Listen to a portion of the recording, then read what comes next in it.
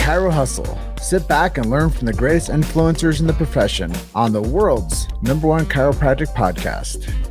Before we dive into this powerful episode, please remember to subscribe to our channels and to give us a 5-star rating on iTunes to continue hustling.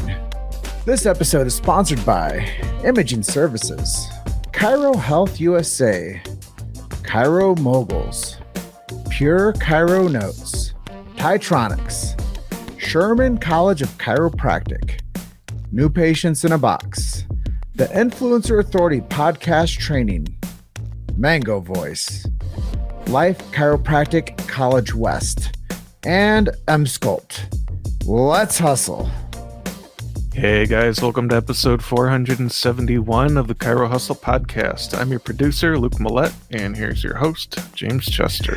So today we have the opportunity of interviewing Maricela Soberanes. And if you want to hear how an immigrant millionaire can impact chiropractic, stay tuned. Welcome back. This is another episode of the Chiro Hustle podcast. It's 471 today, and I have Maricela Soberanes here with me. We were just catching up. I know that we have a large contingency of chiropractors in Mexico that listen to our show. We actually have a show called Chiro Hustle Espanol. So we've done over 70 episodes of that too for the Hispanic culture and for the Latin speaking population. So it's really great. We have Miguel Guevara down there in his city is Toluca. He's just north of Mexico City. So he runs our show down there. But before we jump into this episode today, I always introduce us and let everybody know our big why. Why do we do what we do over here at Chiro Hustle? Well, first of all, we protect freedom of speech. I believe having a show like this, we really have to have our fundamentals of why we do this. And medical freedom and family freedom and freedom of speech are things that I find to be highly important to me. And that's a big part of why we do this show, because it does have a freedom of speech aspect to it. So people have asked me, everybody, have you actually produced every show you've ever done? I said, yes. We've never quieted anybody. We've never shut anyone down. We never didn't release their show. So the only time we haven't done that is with audio issues. So if we have audio issues ever, we redo the show. But after that, we do protect BJ Palmer's Sacred Trust. If you don't know what that means, go to your favorite search engine and look for BJ Palmer's Sacred Trust. He was the developer of chiropractic. And the Sacred Trust is something near and dear to the hearts of all chiropractors. Third, we believe in subluxation-based chiropractic. If we don't know what that means, once again, go to your favorite search engine and look for subluxation-based chiropractic. And then last, we believe in innate intelligence and universal intelligence. And we believe that when man or woman, the physical, gets adjusted, it connects them to man or woman, the spiritual. And with that being said, Maricela, welcome to the show. Thank you, James. Thanks for having me. And thank you for what I see, all that you do for your community is very admirable, and it takes a special person to do it. And it sounds like you have an amazing team to help you with that. So I'm very, very happy to be here, and such a pleasure to be a part of this community in this way. I'm also a big fan of the 10X community, and I know that you were referred to me from the 10X community, and I know that we're going to talk more about that as we go into the interview about mentors and people have helped you become who you are today. But let's just start out. You work in the real estate market. Your company is called Up Plex Capital, and I know you do a lot with multifamily units. So let's talk a little bit about your services and a little bit about how you got to where you are today. Yeah, you got it. So yes, multifamily is our niche this now, but we, like many of maybe even your audience, I know many of our friends that are in the multifamily. And we started with a small duplex. Actually, that was my first acquisition back in 2006. Got a duplex, then a house. I started renting out those, then renting out some rooms. I started traveling for work. My primary job is I'm an anesthesia provider. So I travel for work to different states, and I was able to rent those three, we call it doors, 3 apartments, and I saw the potential of getting another source of income other than showing up at the hospital, 90 W-2 or 1099 kind of income. So that kind of enticed me to learn more about how to build wealth through real estate. And that's how I got to learn a little bit more about other terminologies that we'll talk a little bit later.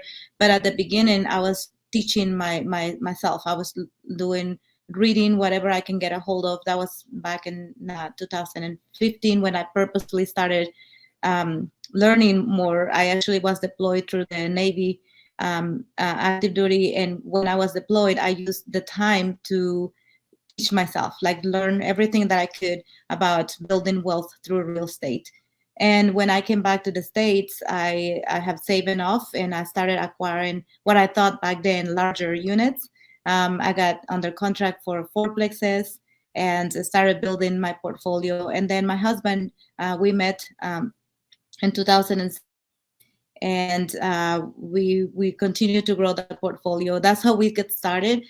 We have used several techniques or strategies in the real estate to increase our number of units, and then we found mentors, which then help us scale and go bigger than what we ever dreamed of. Yeah, it's a really impressive story, and I think there's a lot of people out there, including our chiropractic community, that we call them the golden handcuffs. They can't make a living without being attached to their tables, which when they're adjusting, so it sounds like your golden handcuffs were being a nurse, and you felt like that if you didn't work overtime or more shifts, you just didn't know how to make ends meet. So then you started studying about how to get into the real estate market, which I think is a huge bonus to anybody watching this show. And then you mentioned about doors. Let's talk about that, because I think that a lot of people don't really, they think it's so complex, the real estate market, and how to actually build a business within it. And I know that other people out there are looking for multiple streams of income. I think it's massively important for people to find multiple streams of income. And I think that might be a part of your story too, right? Oh, absolutely. So yeah, you'll get to hear all this terminology that might sound intimidating at first, but it really is nothing. I mean, intimidating medical terminology. That's what I call intimidating, right? No, doors is just another way to refer to an income generated by a rental. So if, for example, if you have a 4-plex, then you have 4 doors, because you have 4 incomes, rental incomes. So absolutely, the main goal and purpose, at least when I got started, was to, if something happens to my hands, because that's how I do anesthesia, I couldn't work, right? That meant that there was no more cash flow coming in. So my biggest reason was to generate other sources of income. And at the beginning, as you know, real estate investing, and I don't want to take all this conversation in the real estate, but real estate investment, you invest and wait. You don't get rich overnight. It just doesn't happen.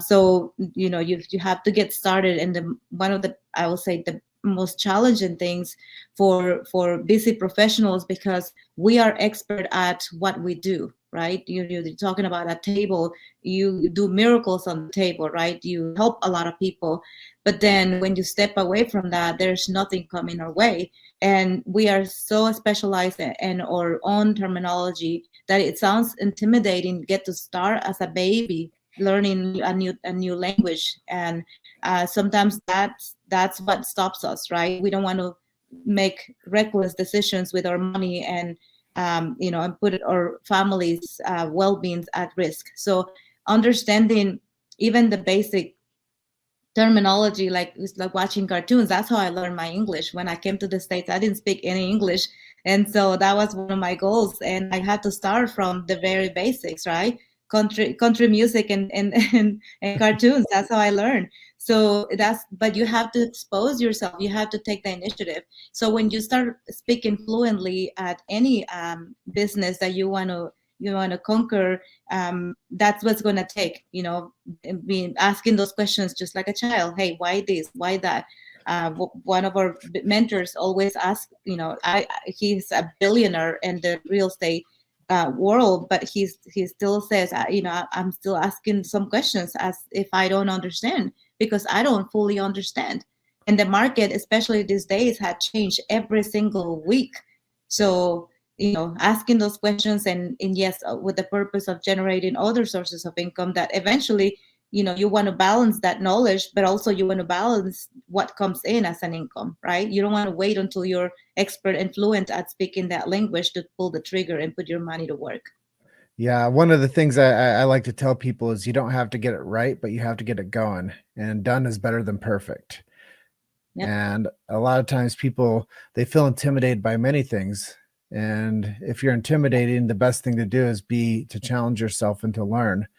And, they always used to say the pen is mightier than the sword. And if you can become educated and have knowledge on something, then you become strong and mighty and capable. And I think that it's a really cool story that you're sharing here. So let's talk a little bit more. Like, I'm intimidated with the real estate market. I don't own a property. I mean, I've thought many times, like, what would it be like to go buy a duplex, like your first thing?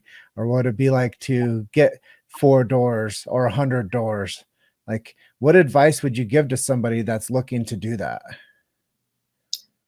So for your audience, it's majority of them, again, they probably have their business already established. They're busy trying to scale their business, and that's what they should be at, because that's where the major generator of income is going to come from. So I will say, stay focused on that, increase your scale your business, but on the side, you can still be an investor. And the strategy that we transition to is to invest as a group. And that fancy name for that is syndication. Don't let that intimidate you. It just means that a group of people, which are considered the active investors or the general partners, are out there hustling every day, looking for potential deals. They are the ones gonna be managing the assets, running the day-to-day operations, reporting to the lender, requesting the lender paperwork. That it's a full-time job for a team, usually 3 or 4 people. So if you're a busy professional, you probably don't have time for that. And I will say you shouldn't at the beginning, because it's going to be like abandoning your career and starting another career. However, you can be a capital contributor or a passive investor, which means you find and vet the sponsors and then invest your capital. So you will get reports monthly. You get full access to the property finances and performance, and you get to see all the way from acquisition, stabilization of the property, and then disposition, which means selling of the property. The syndication model that we use is an investment for 3 to 5 years. You get a projected set of returns as a passive investor, and then when the property is sold, you get your capital return plus your profits. That, to me, it's the easiest way to do it. And when I say it's the easiest way to do it, it's because I've done it the hard way. I found the duplex, the roof collapse. I found a house, the people mistreated the house. I've done evictions myself. I've done that. I put the landlord hat on, and it's not fun. Especially when you're thinking, man, I could be seeing 2 or 3 more customers or clients, whatever you want to call it, pull in a couple more shifts, and then bring probably more money that I'm wasting trying to mod or paint or renovate or do a quick show of the house. So I will say, for a professional and business owner, like in your audience, I will say invest in passively. And as a general partner, remember I mentioned there's 2 groups, that the limited partner and the general partner. The general partners that are doing most of the work, even though it's a busier portion of it, especially at the beginning, a business owner can also play a role on helping close the gap on acquiring the property. And what I mean by that, if you have a business that is performing and you can show a P&L, you can value your business, you have some net worth, you can come and help. Because sometimes what we do, we have different deals, and each deal the lender is going to ask you to have the equal amount of the loan that you're asking for. For example, if you're buying a building, you're paying $10 million. So you're borrowing, maybe at this point, you're borrowing $6 to $7 million. You and your general partners have to have the net worth to cover that amount of the loan that you're asking for. So, for example, if we don't have enough net worth, we can say, hey, James, I know you have a business, you have some net worth. Would you like to come and sign with us in the loan, and we sign along you? And then that fills the gap that the lender needs. And now you are a general partner. And there will be other duties that are assigned, but they're not going to take you from your full-time developing and growing your business. And that's how you can actually make a little more as a general partner. There is a split that it's more favorable to those that are doing the work, which are the general partners. So there is always that possibility as well. So I'm sure people are going to watch this and they're going to be like, well, how do I know what I'm going to make? Like, what if I do this deal? What if I get into one of these opportunities? Like, how much can I potentially make with joining into a group purchase or something like that? Yep. So most of the syndications or the investing opportunities in a group that you'll find, our goal is to double your money in 3 to 5 years. And that is distributed in the amount of money that when we sell the property, we get a larger profit and then some cash flow along the way. Usually, these days they're more like 4-5%. In last summer, we were offering 8 to 10%. So the market has definitely changed and this year, but we're very confident that it will bounce back. But I will say most of the money when you're talking about syndications, it's going to be paid at the end. So if you can, whoever your listener is, can focus on anything that doubles the money, the capital that you invested. For example, if you invested 100,000, you get your capital back, and then you get about 80 to 100,000 back on profits. And I will say, just if you can think of it, most of the profits are going to come on sale. Again, some of it might be coming quarterly. Usually it's quarterly, or sometimes it's monthly distributions. But most of that capital return is going to be on sale. That's really cool. And it looks like you have 1,700 units now that are in your portfolio.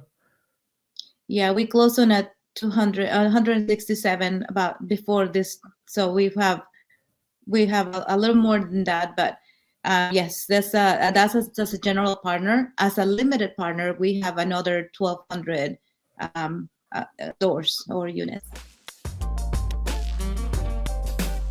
You've made it to Chiro Hustle. Sit back and learn from the greatest influencers in the profession on the world's #1 chiropractic podcast.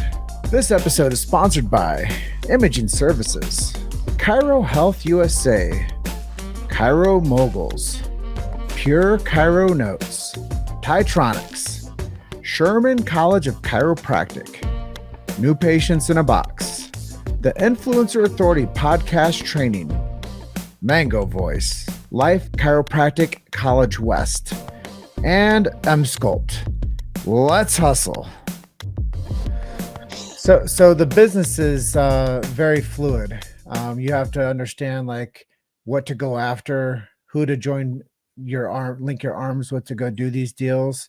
And then you have to look how to cash flow and reprospect for more. I guess my question comes to is, how do you go and find the right places, and how do you know when to sell them? That's a great question. What differentiates us from a REIT or institution that you can certainly put some capital to work with? As in our case, you have direct access to us and our partners. So by being a limited partner or a capital contributor, you have complete transparency on the operations of the property. Then I will say, if you're looking to just be exposed to different investment opportunities, look for syndicators or general partners that are doing syndications. I will say I actually have a tool that I like to give to my friends. Hey, if you're interviewing somebody to pretty much give your money to work, here are 10 questions that you should be asking for.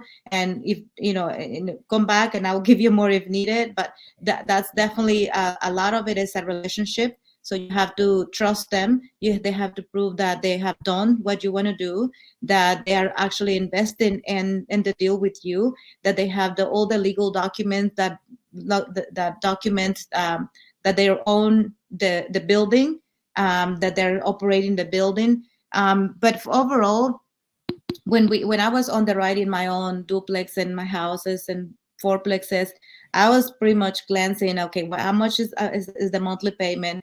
What other expenses do I have? Okay, do I clear that?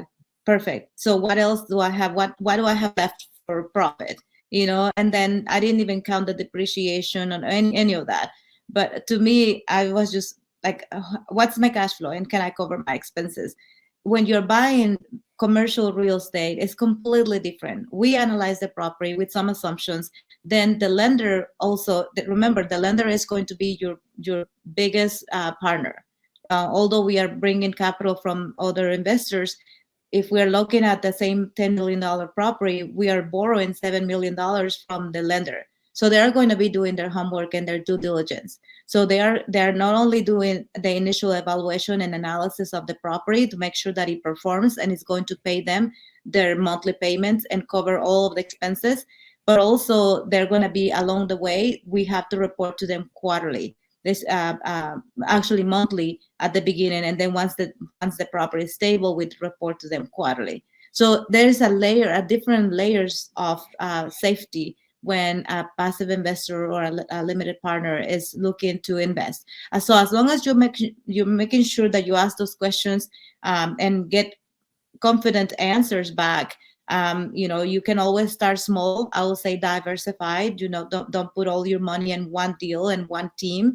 That's what we did, 7-8 deals in 9 months. We wanted to see different ways of running the business. It's the same business at the end of the day. However, a team will make a great deal even better. So it sounds like you've grown a whole lot. And you said you've been in business for 16 years. And I'm sure like early on, like the properties that you owned that you're talking about, just, covering like the expenses on it and making sure it's cash flowing. There's probably a lot of an emotional investment in that also.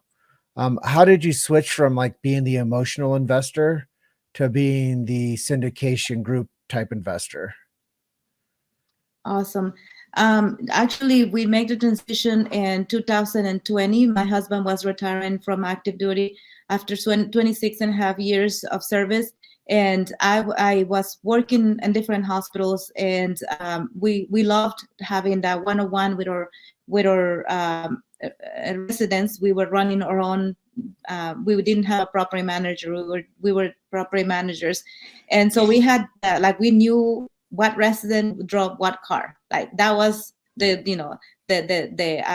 will say the closeness that we had with our residents. And when COVID hit, we had to take a look at the portfolio and at business with the business eyes.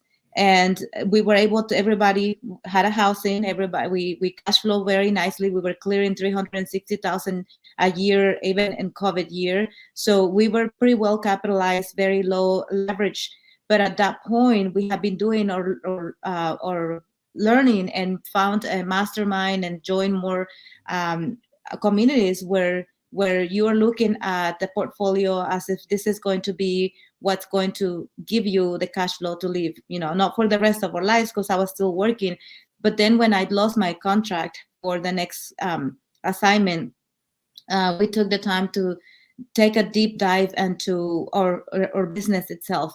And at that point, the numbers were still good. However, if we wanted to scale, we needed to not only transition to a larger, better way of doing what we were doing and bring in partners. Partnerships have been the most propelling factor in our growth.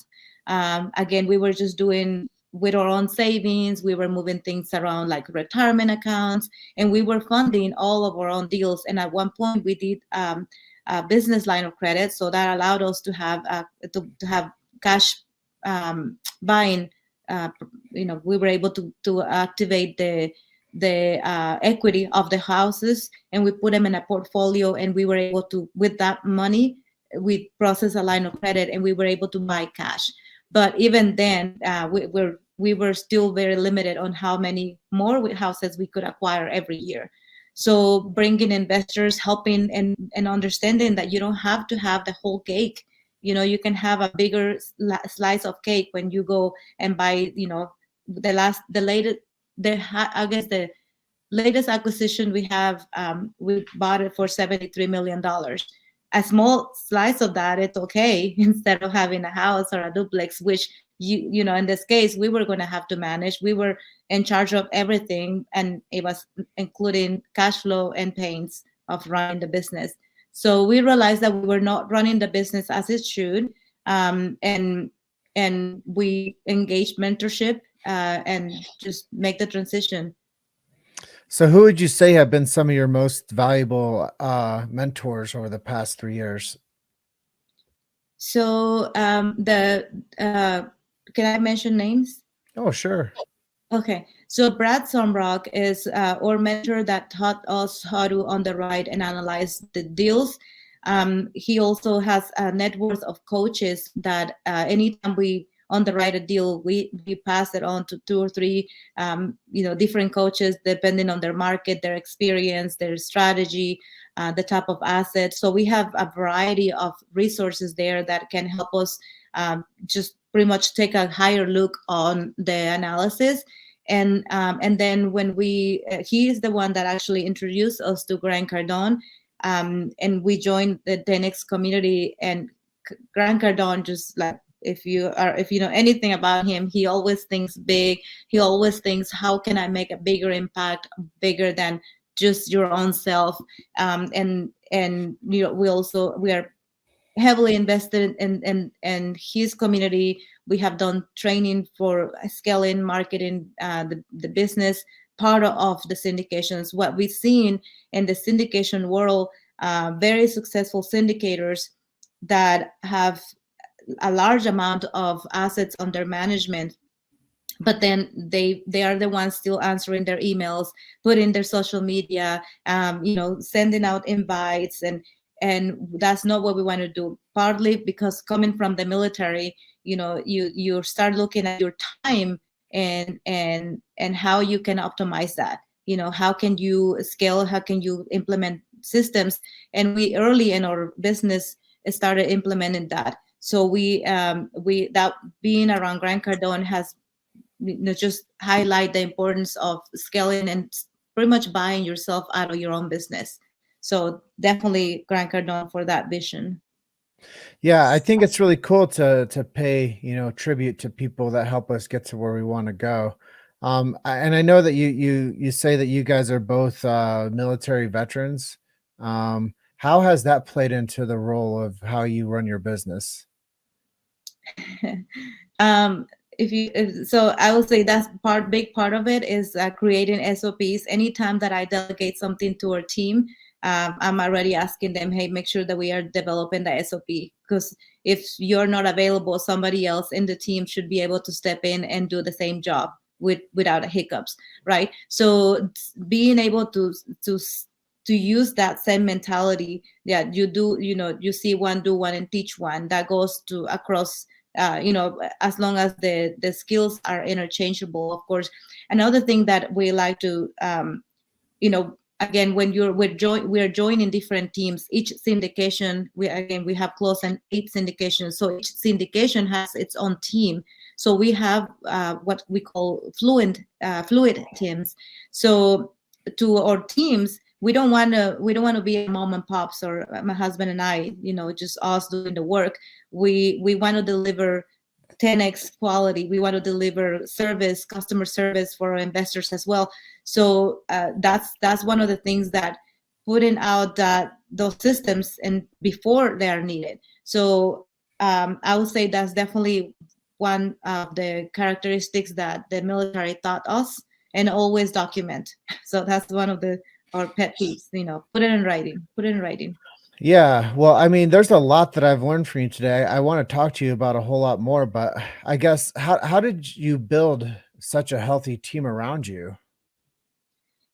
We saw the need. We saw again that people were struggling, and most people, they feel like they can't afford to hire somebody. And that might be true when you're first starting, but we use virtual assistants, and we actually created an agency that now we help other entrepreneurs, business owners, syndicators, to place them so that they can see how much they can be helped with. So that's and then by helping that community, they are engaged and they bought into our culture of helping each other. So we have a team, and that team has its own training schedule. They have I guess they just bought into the passion of helping others, and at the same, it's a win-win because they're winning. They have a good job. They want to support us because they know when we close a deal, when we succeed on something, they're going to get some kind of benefit. And then our main goal, or we have, is to create enough sources of passive income to continue to do medical missions, which is one of our biggest passions. But overall, it's creating a win-win everywhere we go. And it sounds maybe a little cheesy, a little over, like not necessarily doable in every situation, but there's always that opportunity. And if we struggle to see that or to look for that opportunity, that just makes happy people around us. Yeah, I think that's really cool. And as I learn more and listen to you more, there's so much that I don't know about what you do, but as I listen to it and I read the things that you share with me, um, you then don't always need to invest in a deal that houses somebody. You can invest in storage units. So how does that differ with what you're looking for when it comes to like a multiplex, to like saying that you control doors and you own doors, to a different type of investment? How does a deal like that look? Awesome. Yeah. So the reason why we diversified, we do self-storage and mobile home parks. It's because those assets have proven to be more cash flowing. The syndication model, it's heavily on tax reductions. In fact, this is our third year that we pay zero federal taxes, and our income has tripled at least since the last time that we measured it. So the syndication model has a lot of tax incentives and tax strategies.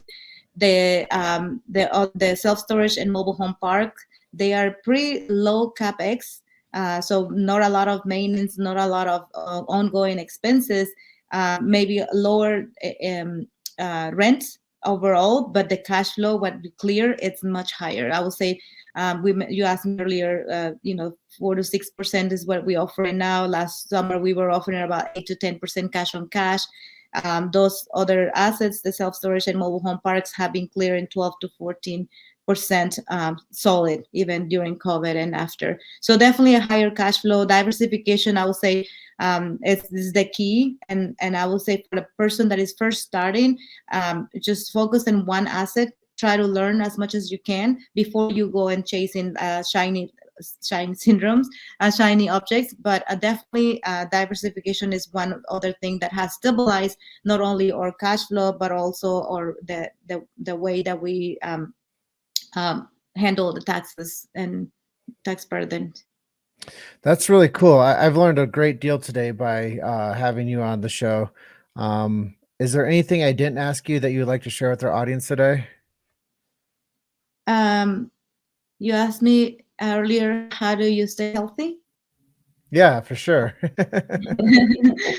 Well, health, wealth, and it kind of goes together, right? That's the definition of wealth, like the well-being, and that's what we believe. So we mix our travels. We travel quite a bit. In fact, we're going to be releasing our travels for this year, and it's probably going to be over 50 trips at least. So we travel quite a bit for networking, for business, for our own. We do have a schedule of our personal dates and just time together with my husband. We try to be purposeful with our time, and we continually revise our goals of being physically active and mostly mentally being engaged wherever we are. If we are right here with you and your audience, we are right here, like nothing else matters. I think that sometimes, especially when we get busy and we get growing, there's so many things that are going to pull your attention away. So we are very purposeful to look into the situation and be there. And again, maybe that also comes from the military. You know, people worries about what's going to happen, you know, tomorrow. What if we don't get home? What if is not here? What's here is today and right now.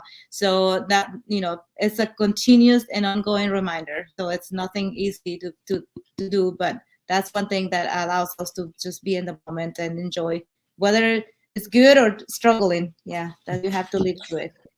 So mindset, it's important. Absolutely. Yes. So if people wanted to work with you or learn more about you, where can we send them to? Social media, Maricela Soberanes, and Instagram, I'm the Immigrant Millionaire. That's my handler. And you can find all my links there. We usually post there any links to conferences that we're going to be attending, any meetups, anywhere we go. We try to gather with people. So if people wants to just have a group of people that want to be learning about investing, business scaling, they can just reach out there. We're pretty present. Cool. Well, I really appreciate you being on our show today. You're episode 471 of the Chiro Hustle podcast, and look forward to seeing you sometime over 2023. Will you be at the Grant Cardone's 10X Growth Con? We have tickets to go there. We do have another mastermind, so we might have to divide and conquer with my husband. So. Well, it's a pleasure to have you on. I'll be attending that event, so if you turn up over there, then hopefully I can see you in person. Oh, that'd be lovely. Thank you very much, James. Yeah, it's been a great interview today, and I'm going to close out by telling everyone, you're just one story away. Keep hustling. See you guys on the next episode. Have a great day, Maricela. Thank you, James. Bye-bye. All right, bye. Thanks for listening to Chiro Hustle. Don't forget to subscribe and check back next week to continue hustling.